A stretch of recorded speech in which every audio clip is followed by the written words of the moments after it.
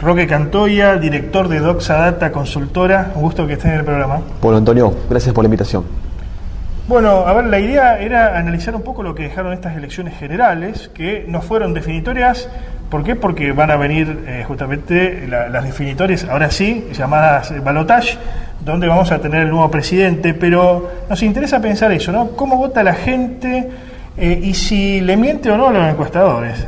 Porque eso es algo que se dijo durante la campaña, de que la gente hizo una cosa en las encuestas, pero después, a la hora de sufragar, sola en el cuarto oscuro, manifiesta otra opinión. ¿Cómo ves el panorama? ¿Cómo viste las elecciones? Bueno, son varias preguntas. En primer lugar, las elecciones no son únicamente una instancia de evaluación de gestión.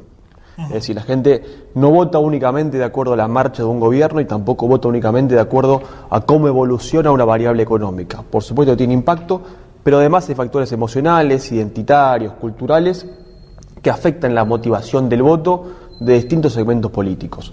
Por lo tanto, nosotros insistíamos después de las primarias nacionales de que esa situación de paridad entre tres fuerzas políticas habilitaba un escenario donde el oficialismo tenía más para crecer que para perder de cara a las elecciones generales del último domingo, motivado sobre todo por una campaña inteligente de Sergio Massa de incentivar cierto temor, cierto miedo respecto a un eventual triunfo de Javier Milei.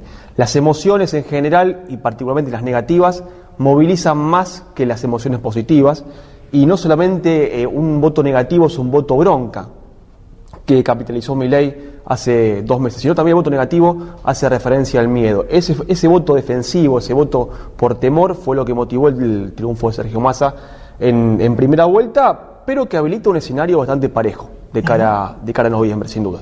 Vos que seguís las campañas electorales, ¿se puede pensar una suerte de espejo de lo que fue la campaña El Now de Lula contra Bolsonaro, del bien contra el mal, entre comillas? Sí, ¿En Brasil? Va a ser la intención de Sergio Massa. Intentó también plantearlo en función de lo que fue el balotage entre Le Pen y Macron en Francia. Va a intentar esa lógica. De todas formas, hay un voto en Argentina que está asociado a un rechazo con las gestiones del kirchnerismo, que yo entiendo que van a habilitar un escenario de balotaje mucho más parejo de lo que hoy estamos imaginando. En general, en América Latina, el balotaje termina siendo muy reñido, termina siendo un resultado muy cerrado, y sobre todo cuando la diferencia entre primero y segundo es menor a 10 puntos. Siempre cuando el promedio es más de 10, casi que está cantado el resultado con la primera vuelta. Pero yo creo que, si bien Sergio Massa tiene una ventaja cuantitativa, 6 puntos de diferencia, y también cualitativa, se muestra en ascenso, mientras que Milei estuvo estancado entre primarias y la elección general de octubre, creo que todavía hay mucho por transitar y vamos a un final cerrado. ¿Cuánto hubo de coacheo? ¿Cuánto hubo de seguimiento por parte de especialistas en lo que fue la campaña de Massa, ¿no? Es conocido Anthony Gutiérrez Rubí, el español. Después vinieron brasileros, consultores brasileños que habían trabajado en la campaña de Lula. ¿Cuánto influyeron los coaches o no influyeron? No, siempre son determinantes, y también fue determinante para mí el debate electoral, no solamente por un repunte muy significativo de Schiaretti, que le permitió a Juntos por el Cambio obtener un resultado menor al esperado, sobre todo en la provincia de Córdoba, pero Sergio Massa logró ya mostrarse como un político que piensa en perspectiva, es decir, hacia el futuro y no tanto pensando en el pasado. Mientras que tanto Patricia Bullrich enfocó su estrategia en reflotar un antikirchnerismo que hoy no es la dicotomía que marca la política a nivel nacional. Creo que fue un error.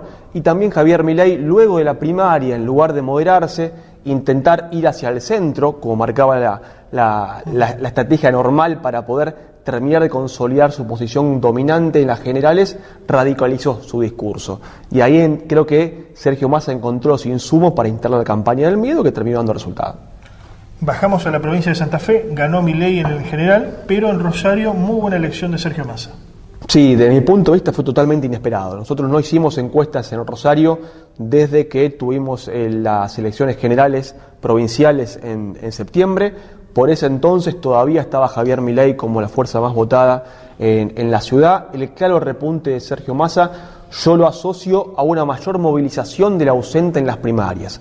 Yo decía por agosto pasado que el que no fue a votar en las primarias no necesariamente era un voto que estaba descontento con el gobierno. o si estaba descontento, tenía otros motivos para votar en contra de Javier Milei y a favor del oficialismo.